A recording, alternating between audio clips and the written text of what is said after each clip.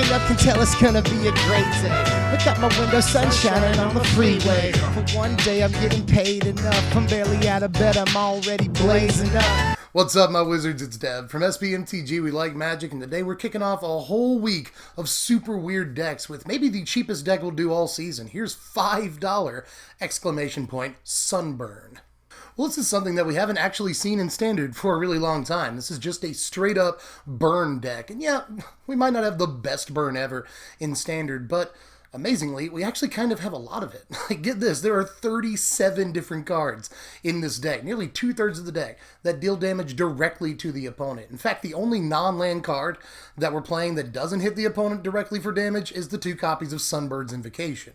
Well, in just about every set, there's a big, dumb enchantment that costs a lot of mana and looks like a trap, but there's actually a ton of really cool stuff in this format you can do with the Sunbird's Invocation. Like, there's a pretty competitive-looking red-white approach deck that's been making the rounds that plays Sunbird's Invocation. Really fun trick in those decks with Approach of the Second Sun, If you cast an Approach of the Second Sun with the Sunbird's Invocation out, look at the top 7, try to find a second approach. That approach resolves before the one you cast from your hand, and then the one you cast from your hand resolves, oops, you win the game. So that's a fun looking deck that actually seems pretty good right now. And then like 30 minutes before I went to record this video, Saffron Olive uploaded a video that's like Black Red Treasure. It uses Invocation and Brass's Bounty and Marionette Master, and that deck looks really sweet. But this is yet another way we can use Sunbird's Invocation. We're not trying to do any crazy combo stuff with it. We're mostly just using it as reach in our burn deck and a way to safeguard against flooding, which will happen in a burn deck occasionally. And it's like one of the worst things that can happen. But with Sunbird's Invocation, we actually have something we can cast with all of our mana that makes all of our top decks that much better. Again, there are well over 30 non-land cards in this main deck alone that can hit the opponent right in their ugly mug. So if you have an Invocation out and you cast like a 3-mana burn spell, it's insanely likely in terms of probability that you'll get another spell that can hit him in the face. And that makes a huge difference late in the game for a burn deck. Usually, again, you're top decking late in the game, so it's a turn-by-turn thing. But, it may take you 3 or 4 turns to draw 2 burn spells. But with Invocation, you cut that by a lot. But because we're trying to have all the dumb fun that we can with this deck, we're just going to play all the stupid red enchantments. We're also going to play 4 copies of Imminent Doom because this is a burn deck in Standard and we have to play it.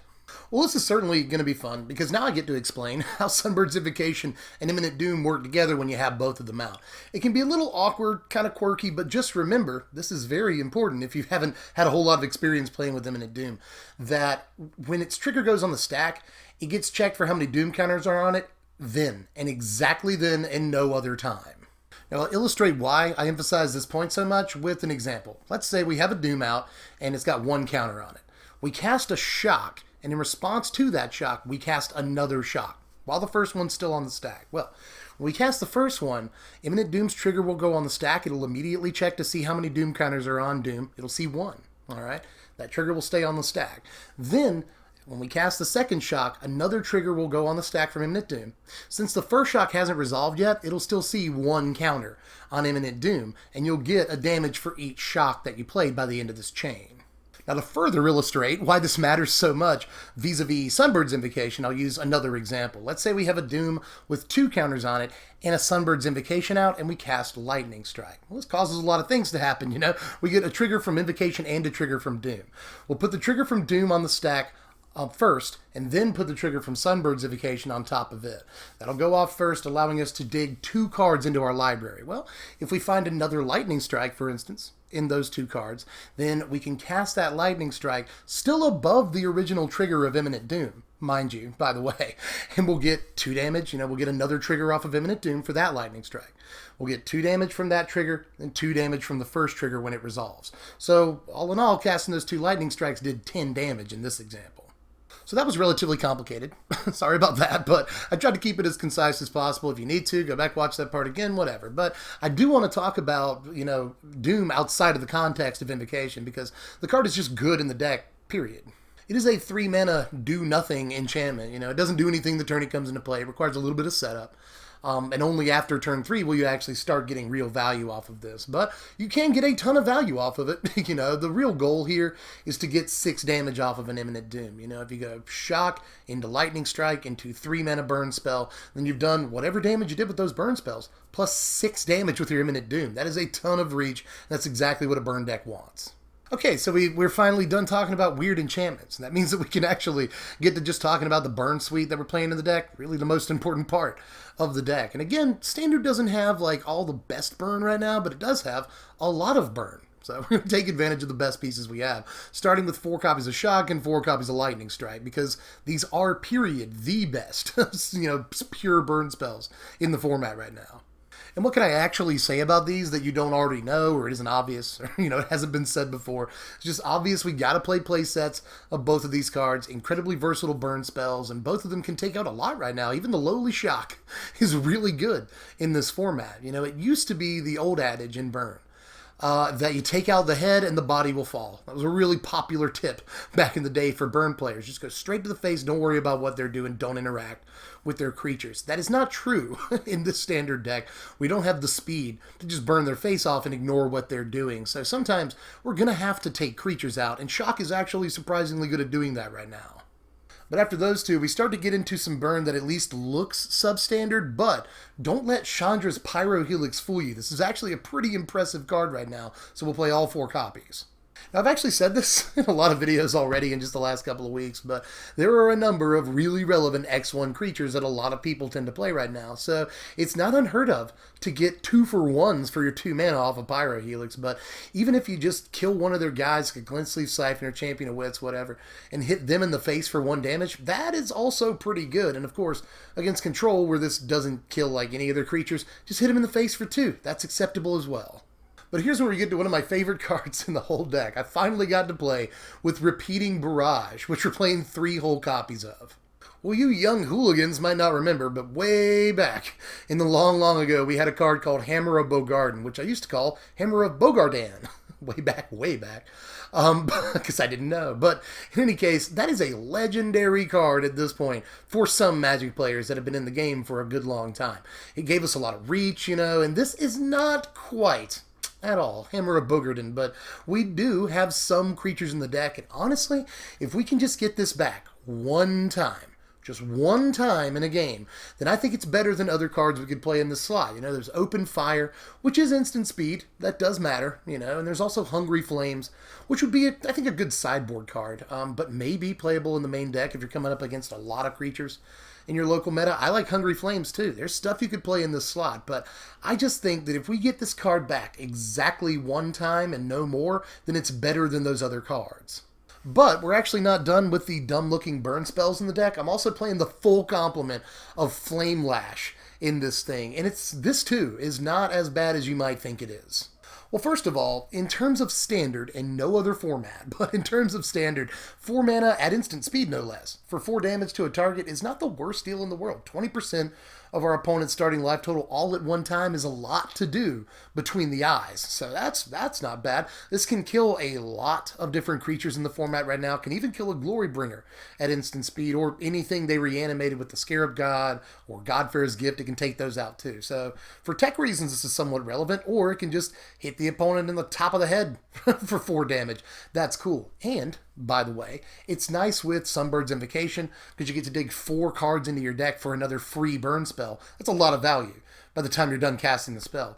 And with Imminent Doom, if you can get this to work with Imminent Doom, that's a total of 8 damage all at one time. That can close out a game pretty quick. So there are definitely reasons to run Flame Lash. But since this deck is just supposed to be fun, and I want to play fun cards in it, I went almost completely off the deep end here, and I played 2 copies of Inferno Jet. Well, just like Invocation, hopefully you don't flood to 6 mana, but just in case you do, this is a great spell, this is amazing reach that's usually going to close the game out for you, but just in case it doesn't, if you've got a Sunbird's Invocation out when you cast your Jet, you get to dig 6 cards, almost a full grip into your deck, and that virtually guarantees another direct damage spell, another burn spell. So this will end up doing like 9 damage, at least 8, most of the time when you cast it and you have an Invocation out. That will usually end up ending the game. And if you don't have 6 mana to cast it, who cares? Cycle it away. Just cycle it away, Not a big deal. This is the safest, like 6 mana spell we can actually play in this deck, because in case we're stuck on 4 lands, we can cycle it away and still have mana to cast a burn spell we might draw with it. Now, I mentioned earlier that we're playing creatures in this deck. We're not playing a whole lot of creatures. Again, if we can just get Repeating Barrage back 1 time, then I think that's enough. We don't have to get Barrage back 3 times in a game. It's fine. We get it back 1 time. That's awesome. So I'm not going to play a ton of creatures in the deck, but I will play some, starting with the 4 copies of Fanatical Firebrand. Surprisingly, this kind of does a lot in this deck. For one, it's kind of just straight up burn, you know? It's 1 mana for 1 damage, no matter what. You know, even if your opponent targets it with removal, you still get at least the damage off of it, and you can start running it in the turn it comes into play. Hell, you get this on turn 1, sometimes this translates into a lightning bolt, you know, a couple of turns worth of cheap damage, and then the sacrifice too. So if you can get a few damage off of this in the early game, it's really awesome. But it's also good because we're playing Imminent Doom, and we have to play a bunch, you know, more than 4 1-mana spells. So this gives us 8 1-mana spells to get Imminent Doom started, and that's good. It's also, like, specifically good with Repeating Barrage, like, more so than other attacking creatures would be, because it's, like, the cheapest way in the entire meta, other than, I guess, Bomat Courier, it's the same, of top-decking a creature, playing it, attacking with it that turn, and getting your Barrage back. And lastly, it's a decent chump blocker, and, you know, like, any creature can chump block, but this will at least deal the damage on the way out, and it's cool to have a chump blocker in your burn deck so that you can at least, theoretically, focus more of your burn right on your opponent's dumb face. So, you know, with jump blockers, you'll have more of a chance to do that. And to finish off the main deck here, we're going to play 4 copies of Firebrand Archer as well. Not only is this another creature for Repeating Barrage, but there are 27 different non-creature spells in this deck, so we'll be triggering this all freaking day. In some games, we can get an extra like 5 damage before it's all said and done off of a Firebrand Archer, and multiple archers are really nice. So this is kind of cool with Sunbird's Invocation too. You know, you always get like multiple spells off of Invocation, and that'll trigger this multiple times. So, you know, this is just another form of reach. Kind of, you know, we've got Archer for reach, we got Doom for reach, we got Invocation for reach, Repeating Barrage out of the graveyard for reach. We have arguably like more reach than most burn decks have ever had. So this is just another good piece of reach. If it even just does 2 or 3 extra damage for us over the course of the game, we're more than happy with that. And again, this is another thing that if it can just get Repeating Barrage out of the graveyard 1 time, we're probably happy with that too. And we're playing 25 lands in this deck because we're trying to get to some pretty high value stuff. So, yes, this deck will flood occasionally, but we've got flood protection. You know, we've got Inferno Jet, we've got Sunbird's Invocation. It's totally fine. We're trying to get to big cards. So, flooding actually doesn't hurt this deck too much. And of course, you see there we've got the Desert of the Fervent to sort of help cut down on flooding and to cut down on dead draws. That's important. We've also got the Sunscorched Desert in there as yet another source of damage. You know, just every little bit piles up. And by the end of the day, you know, when you've got these Fanatical Firebrands, Sunscorched Deserts, and a couple of shocks, a Lightning Strike here or there, you've done 15 damage to your opponent before you know it. And Sunscorched Desert is actually a big part of that. Multiple deserts in a game actually takes you a long way. Now, I don't have a sideboard written up for this deck, but I am going to take you through a bunch of suggestions. I imagine you'll be playing a deck this cheap at F&M, or maybe even casually, you know, kitchen table, lunch table, all that stuff. So I'm not going to suggest a full-on sideboard because either you're playing this deck at F&M or you're playing in a casual format with no actual sideboards. So, but I will suggest some things, starting with the most obvious cards. Magma Spray and Chandra's Defeat. They're just all-around fantastic cards, and Magma Spray could even make it into the main deck if you wanted even more 1-mana cards to trigger Imminent Doom and get it started. Now, I mentioned Hungry Flames earlier. This would be a good sideboard card against aggro too. And even Puncturing Blow is an overlooked super budget sideboard card. This is specifically for taking out Scarab Gods, which it can do.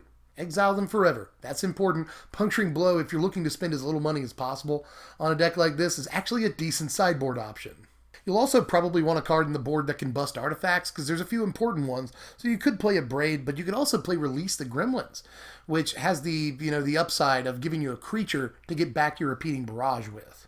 Now, apart from sideboard cards, there are some upgrades I want to discuss very quickly, and at least one card that's not an upgrade, but I thought about playing, and that's Unfriendly Fire. I actually did consider this, even though it's a strictly worse Flame Lash, but it has the upside of keeping us from getting stuck on Imminent Doom at 5 counters. That's actually really important, but I didn't end up playing it. at the end of the day, I felt like it'd be really, really bad. I mean, yeah, I'm on Inferno Jet, so how much can I complain, right? But at the end of the day, I just didn't think it was worth it to play Unfriendly Fire. But I do want to point out, this is a 5-minute burn spell that keeps Imminent Doom from getting stuck. And finally, the actual upgrades. Soulscar Mage, pretty obviously, I think, goes in this deck with all the burn. This looks pretty good, and it's a 1-mana card. For Imminent Doom, that's not bad, and it attacks for Repeating Barrage, but it's like $225 right now, and a couple of copies of this would cost more than the deck costs. So I didn't run Soulscar, but it's one of the first things you want to look at if you're looking to upgrade the deck. There's also Sweltering Suns if you want to go the route of almost no creatures. You take out Repeating Barrage because it's not like it's the best card ever. And you take out all the creatures. And you just run Sweltering Suns instead, so you have a sweeper in the early game to, sort of get over the hill against all these aggro decks. I think Sweltering Suns is a good choice. And then finally, I mentioned this earlier, but Glorybringer, this is another 5-mana card that would keep us from getting stuck on Imminent Doom. So that's important, and it's Glorybringer. It's really not that expensive to play in the first place. Props to Glorybringer for not being a $10 card when it has every right to be. It's actually a relatively affordable card. It's at like $375 right now, which isn't too bad.